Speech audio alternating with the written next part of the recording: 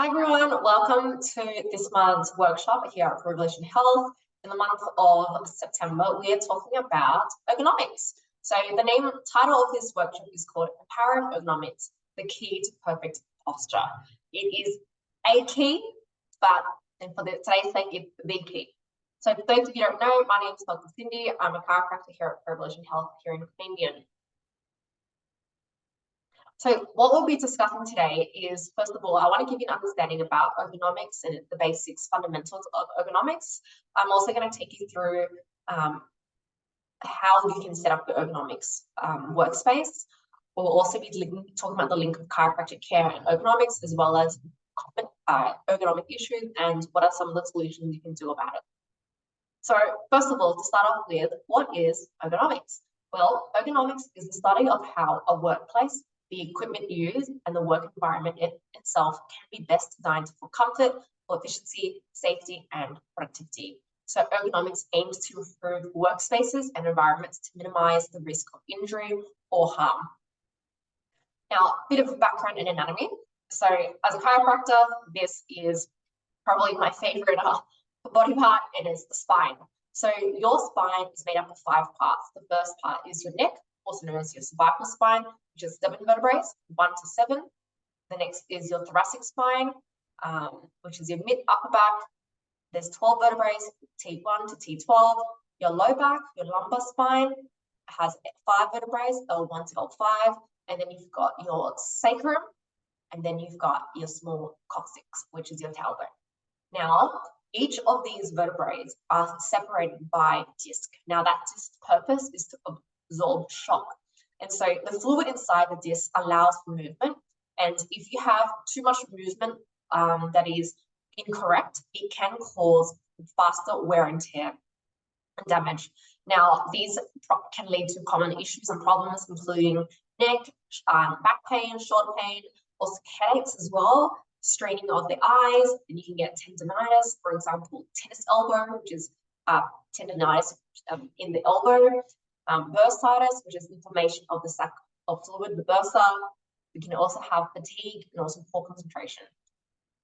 As a result of that, if you have, whether it be poor concentration, back pain, neck pain, headaches, it then can lead to time off work. You can lead to having treatment required, including chiropractic care, which is what we do, help people, see people and help people with. It can also lead to loss of productivity, errors, and then even an impact on people's personal lives in their home and the activities that they do for fun. But most of all, because what ergonomics is about is aims to reduce risk of injury, it can consequently lead to increase in risk of injury, and then people feeling unhappy and feeling stressed. So I want to talk a little bit about statistics on why ergonomics is so important. Now, according to Safe Work Australia spends over $60 billion annually on workplace injuries and illnesses. So 1/3 of these cases are associated with the body stressing or manual handling, which is huge, 60 billion. So it's a lot of money. Now, sedentary work, on the other hand, compared to manual handling, can also have its own consequences. They say sitting is the new smoking, right? Now, these facts and statistics might sound a little bit scary. I mean, I was even questioning, should I include this in my workshop or not? But then I figured, no, look, this is found through research, and whilst it may sound scary, I think it's worthwhile for people to know and understand. So sedentary work can actually lead to premature death. Now, the research has found that people who sit for work for over 11 hours a day, they're 40% more likely to die within 3 years than those who sit less than 4 hours for work. It's also linked to heart disease, with an increased risk by 50%, even if the person is mainly sedentary for work and they engage in regular exercise. There's also a link with increased risk of type 2 diabetes and increased risk in bowel cancer, so double for people who sit more than 11 hours a day.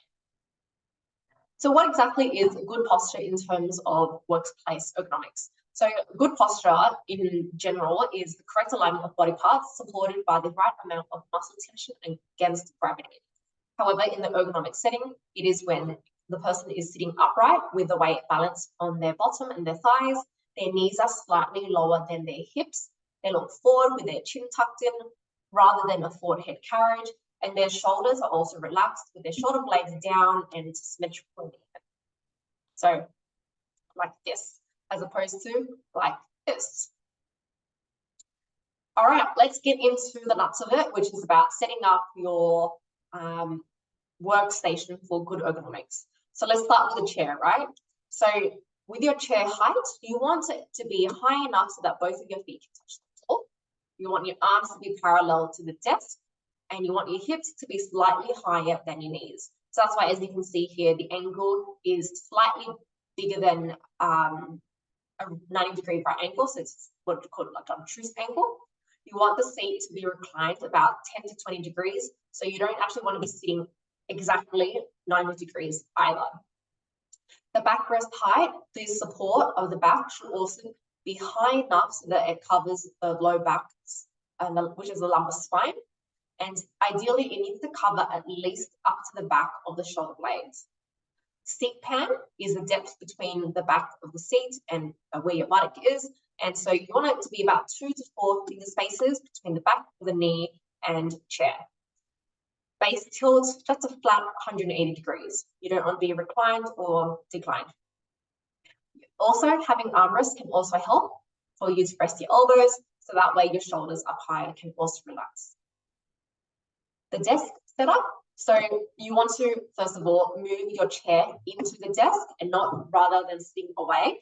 You also want to adjust the seat height so that your elbows are slightly lower than your wrists and then the shoulders feel comfortable. So your feet are flat on the floor and then parallel to the desk as well. And then as for the desk, your screen, your monitor, you want to adjust the monitor height so that the top third of the screen is in line with your vision.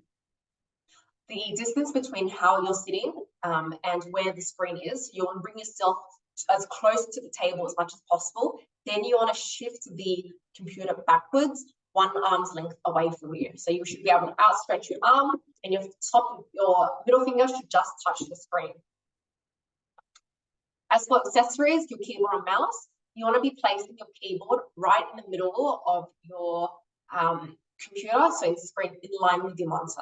You also want to keep your mouse close to the side of the keyboard, parallel to the keyboard as well. Now, for the mouse, you want to keep your hand and wrist position straight, slightly bent, but yeah, so just less than 10 degrees of an angle at the wrist. So it is still in a neutral position. And with the mouse, when you're not using it, try not to place your hand there and rather bring it back towards the keyboard, at both hands of the keyboard instead. Something else that helps with the ergonomics of the keyboard is if you can learn keyboard shortcuts, and that is like Control-C, Control-V, Control-Z, which is copy, paste, going backwards, and so forth. It can really save you from fumbling about and, you know, having to move your hands a lot. So these are essentially what I'd recommend for people who use a general keyboard and mouse.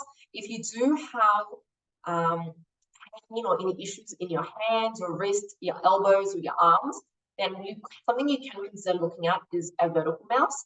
So rather than a mouse being like this, it's sideways, and then your arm is in a neutral position, and then you're moving this way like that. Next is laptops. Now, laptops, I understand there's a time and place for laptops. Like, there are benefits, but there are also pros and challenges to this as well. Now, the biggest benefit is the fact that it's portable. You can, do everything you would do on the computer or on the go. So it's easy to carry around and work in many different environments, such as, waiting to board a plane, or so forth. It's also much lighter and more convenient than a whole entire computer. The bad thing, though, about laptops is it's actually really hard to have good posture and good ergonomics when using a laptop. It's really something you want to avoid as much as possible. But if, you need to use a laptop, like if you're a uni student and you're in a lecture hall, there are some things that you can do to, minimize the risk of injury and make the most of the situation. And some of the things would be using accessories such as like a laptop carry case. So like bags, definitely, that you hold on the outside, or if you're using a backpack, you want to get one that has a laptop sleeve, which sits right up against your back, and so that you're using your body to protect. You're using your body and your muscles to support the weight of the laptop. Also, getting a laptop riser helps because you get to raise up the screen rather than looking all the way down. And then if you use a laptop riser, it'll be awkward if you were to type like this. So therefore, if you were to use a laptop riser, you'd also have to look at getting external keyboard and mouse as well. Tables, that says tables, sorry. It's meant to say tablets and phones. Now, tablets and phones are similar to laptops, but, more convenient, more smaller, and really quite similar, just smaller. It can be as powerful as a laptop or a computer. It allows for a dynamic work environment. The thing is, if you use it too often, the duration, it can interrupt how often you have a break. And so, yes, it's really similar to a laptop where the location of your work means that you can also slouch on the couch, just like this lady here. And then really, for me, what I see a lot in my practice is it leads to technique. So what is technique? Technique, all slang and nicknames for forward head carriage. Forward head carriage is when the head is moving forward, and then structurally on the inside of someone's neck, they would have lost the curvature, what we call the lordosis, and it's gone the wrong way. So some really normal, fascinating statistics is that if your head were to be normal posture, with good posture, your head would weigh 5.4 kilos. But if you just move it 5 centimeters forward, the weight of your head will triple to 15 kilos. Moving up forward further to 8 centimeters, the weight of your head is 19 kilos. So as you can see here, that's quite heavy. A lot of weight that the back of your upper back has to work harder to bring you back to the center of gravity. That's how you can see people can start to develop what we call a Dowger's hump, and that's essentially as a result of forward head carriage.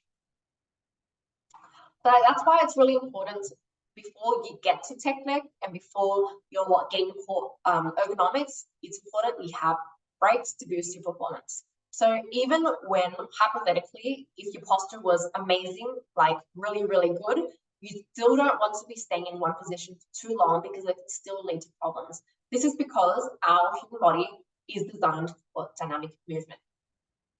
So it means that our muscles and our other soft tissues like tendons and ligaments, it can lead to fatigue, and especially the smaller muscle can lead to fatigue even earlier.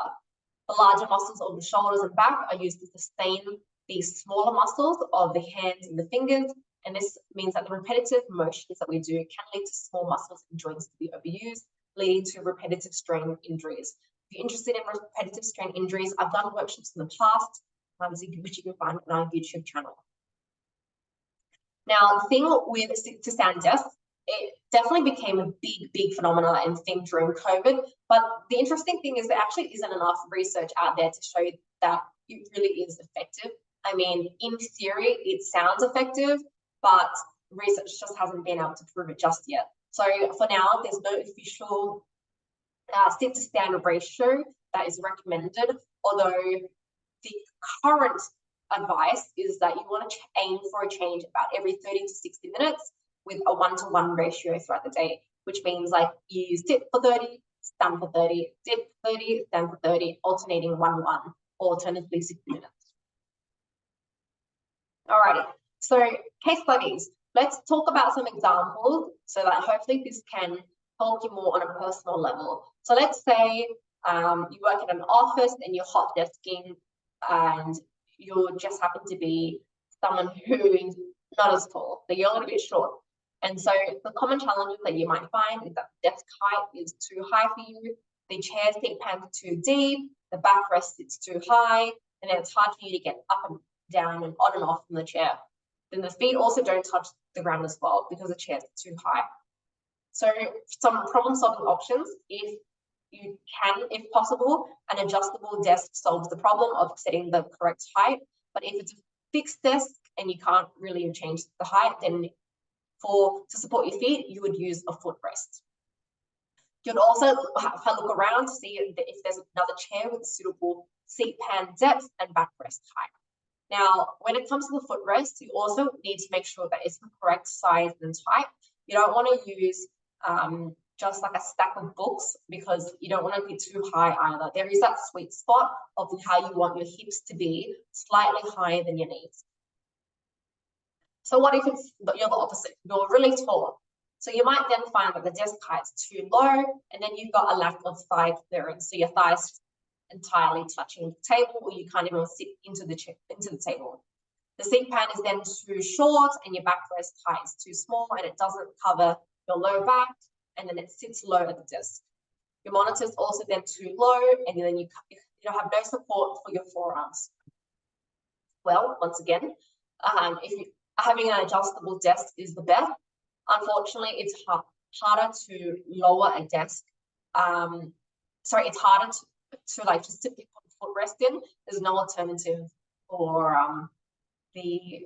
tall people, unfortunately. But you do want to see if you can select the chair that has a better seat pan in depth and height. And then in terms of the monitor that's sitting too low, you can either stack it up on some books, or more formally, you can put it on a stand, or even like arms that you can get these days. All right. My last case study example is to help those people with low back pain. This is something I see quite often in practice, and people who have low back pain, they often find that they're sitting too high or too low relative to the desk at work. They've got a poorly fitted chair, and the computer monitor, keyboard, and mouse are all poorly fitted and of low quality. So obviously the best thing to start off with is set up the workstation with proper ergonomics, and then you need to educate yourself on postural habits and break behaviors. And then last but not least, you want to review your job tasks that you do to see where can you optimize movements and improve, such as I also recommend patients to take note of when they're doing what that gives them the low back pain, and then we can brainstorm solutions that way. So making it more specific. So yeah, I hope you all enjoyed tonight's workshop. I really do want to finish off with our expression that your health is not how you feel, but it's rather that your body can heal. So if you enjoyed today's workshop and you're interested in making an appointment, feel free to call us on 6299-2660. I am more than happy to review someone's ergonomics. If you simply ask someone to take a photo of how you're sitting and shoot the photo to us via our email, info@provolutionhealth.com.au, and I'm happy to send back some tips on what you can do to improve that. And if you enjoyed tonight's workshop, you can find more educational content on our Facebook and our YouTube. But if also, one more thing, last thing, is that if you enjoyed today's workshop, you're interested in me coming into your office to deliver this presentation or help you out in person, well, that's something we can look at as well. All right, thank you everyone.